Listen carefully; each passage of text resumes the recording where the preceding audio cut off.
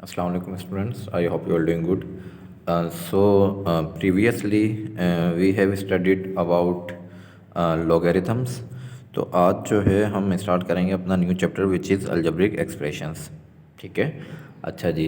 And last time जो हमने algebraic expressions से रिलेटेड कुछ पढ़ा था 8th क्लास में, उसमें जो है कुछ कॉन्सेप्ट थे जो हमें अलजब्रा को अंडरस्टैंड करने में जो है बहुत ज़्यादा हेल्प आउट करते हैं। ठीक है, तो आज भी जो हम न्यू चैप्टर अपना स्टार्ट कर रहे हैं अलजेब्रिक एक्सप्रेशन, इसको भी स्टार्ट करने से पहले मैं ये सोचता हूँ कि जो अलजब्रा के बेसिक कॉन्सेप्ट्स हैं, जिसमें जो है आपका कांस्टेंट है, आपको पता होना चाहिए वेरिएबल क्या होता है, आपको पता होना चाहिए कोफिशिएंट क्या है, फिर आपको पता चलना चाहिए कि मैथमेटिकल ऑपरेटर्स का क्या जो है वो रोल होता है आपके एक्सप्रेशंस में।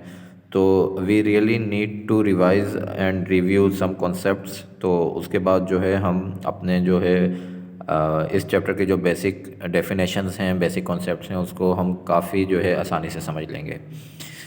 तो चैप्टर स्टार्ट करने से पहले जो है आज हम कुछ अलजब्रा के जो बेसिक कॉन्सेप्ट्स हैं उसकी बात करेंगे कि अलजेब्रिक एक्सप्रेशन होती क्या है, किस तरह से बनती है और हम किस तरह से इसको जो है वो स्टडी करते हैं। इसके बाद जो है हम कुछ बेसिक डेफिनेशंस हैं, क्योंकि एक्सप्रेशंस है तो ज़ाहिर है एक्सप्रेशंस की कुछ टाइप्स भी होंगी, वो क्लासीफाई भी की हुई होंगी कुछ कैटेगरीज़ में। तो उन टाइप्स को भी पढ़ेंगे, उन क्लासिफिकेशंस को भी पढ़ेंगे, और मज़ीद जो है इसमें जो भी हमारे छोटे छोटे से कॉन्सेप्ट हैं आज हम उनको क्लियर करेंगे, ताकि जब हम अपनी एक्सरसाइज पे जाएं या फर्दर हम एडवांस मैथ पे जाएं, मैट्रिक के या फर्स्ट ईयर के, तो हमें वो हमारा जो बेसिक ग्राउंड है वो हमारा स्ट्रॉन्ग होना बहुत ज़रूरी है, जो हमारी बेस होती है।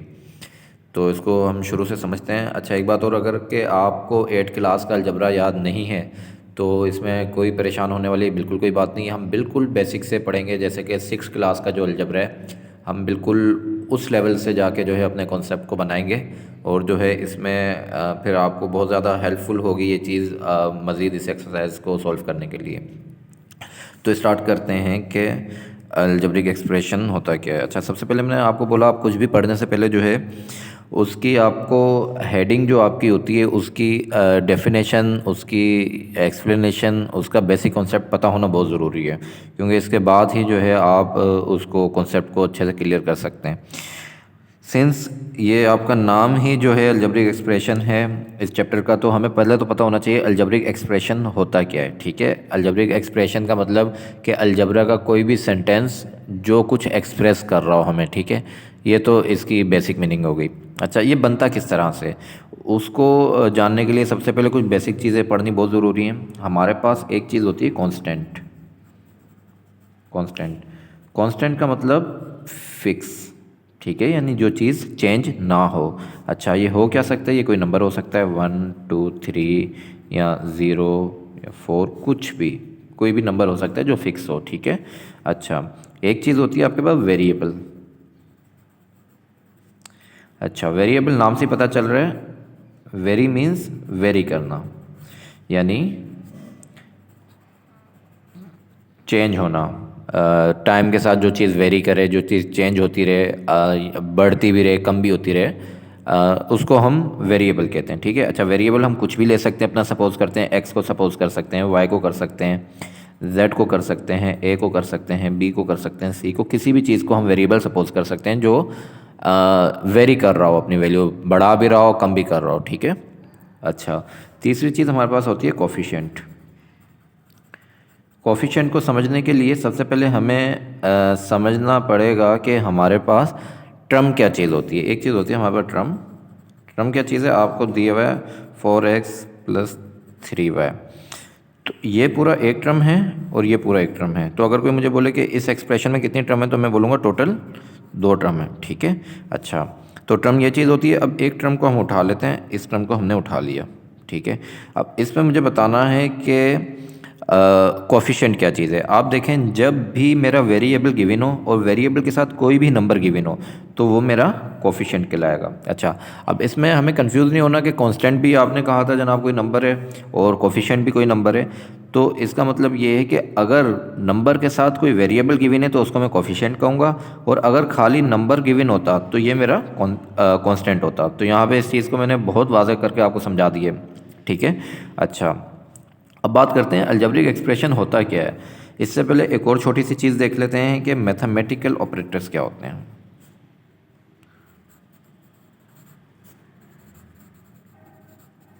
मैथमेटिकल ऑपरेटर्स, ठीक है, plus minus multiply and divide, ये चार आपके बेसिक जो हैं वो मैथमेटिकल ऑपरेटर्स हैं।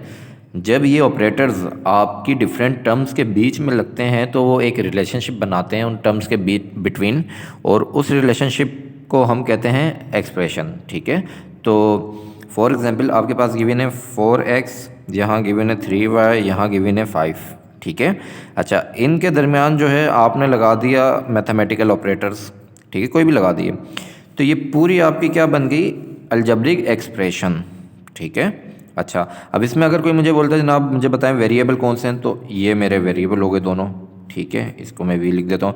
कोई मुझे बोलता है बताएं जी कोफिशिएंट क्या है, तो ये मेरा कोफिशिएंट हो गया, यहाँ से ये 3 आ गया, ये मेरा कोफिशिएंट हो गया। कोई मुझे बोलता है जनाब कांस्टेंट क्या है, तो ये मेरा कांस्टेंट हो गया, ठीक है। तो इसमें हम कांस्टेंट को क्लियर कर चुके हैं, वेरिएबल को क्लियर कर चुके हैं, कोफिशिएंट को क्लियर कर चुके हैं, टर्म को क्लियर कर चुके हैं, मैथमेटिकल ऑपरेटर्स को क्लियर कर चुके हैं, और फाइनली अलजेब्रिक एक्सप्रेशन को भी हम जो है इसको अच्छे से क्लियर कर चुके हैं। अब इसकी कुछ बेसिक डेफिनेशंस हैं, अब उसकी बात करते हैं हम। अच्छा जी, अब हम बेसिक डेफिनेशन एंड फार्मूलाज की बात करते हैं, ठीक है। पॉलिनोमियल, पहले हमें समझना है अगेन कि पॉलिनोमियल होती क्या चीज़ है। Poly means many, नोमियल means terms, expression involving many terms is called polynomial, ठीक है। अगर इसकी आप, ये मैंने आपको बेसिक कॉन्सेप्ट दे दिया कि ऐसी एक्सप्रेशन जिसमें बहुत सारी टर्म्स हों, मैनी टर्म्स हों, उसको हम कहते हैं पॉलिनोमियल एक्सप्रेशंस, ठीक है। अच्छा, इसकी आप डेफिनेशन अगर देखें तो N algebraic expression having the degree greater than और इक्वल टू 0, ठीक है।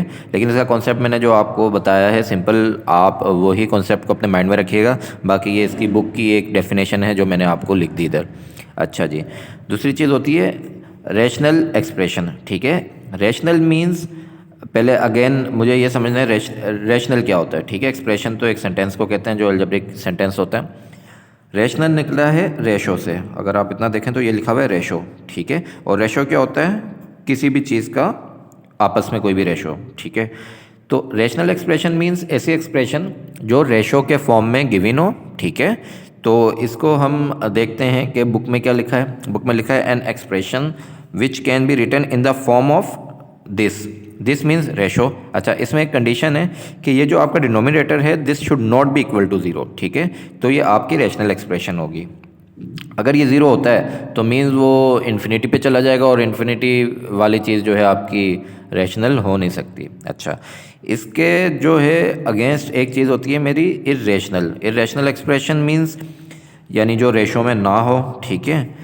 An algebraic expression which can't be written in the form of this means ये चीज़ मेरी 0 होगी तो ऑटोमेटिकली ये रेशो में मैं इसको नहीं लिख सकता। इसकी एग्जांपल है मीन्स पाई की जो वैल्यू है वो 3.14 कुछ होती है, तो ये आपका जो है वो इरेशनल हो गया, ठीक है। अदरवाइज़ रूट में सब नहीं, लेकिन कोई कोई चीज़ें जो है जैसे 3, यानी कि ये भी आपका रेशनल। अच्छा, एक चीज़ मैं आपको समझा दूँ, बहुत सारी बच्चों को कन्फ्यूज़न होती है कि वो क्या करते हैं, रूट में कोई एक वैल्यू होती है उसको जो है वो इरेशनल कर देते हैं। ऐसा नहीं है, सिंपल सी चीज़ ये है। फॉर एग्जांपल अगर मैं आपको बोलूँ मुझे बताएं ये रेशनल है या इरेशनल, तो इट मीन्स कि अगर आप इसको सॉल्व करेंगे तो ये 2/2 हो जाएगा, और ये परफेक्ट स्क्वायर है तो ये बाहर 2 आ जाएगा।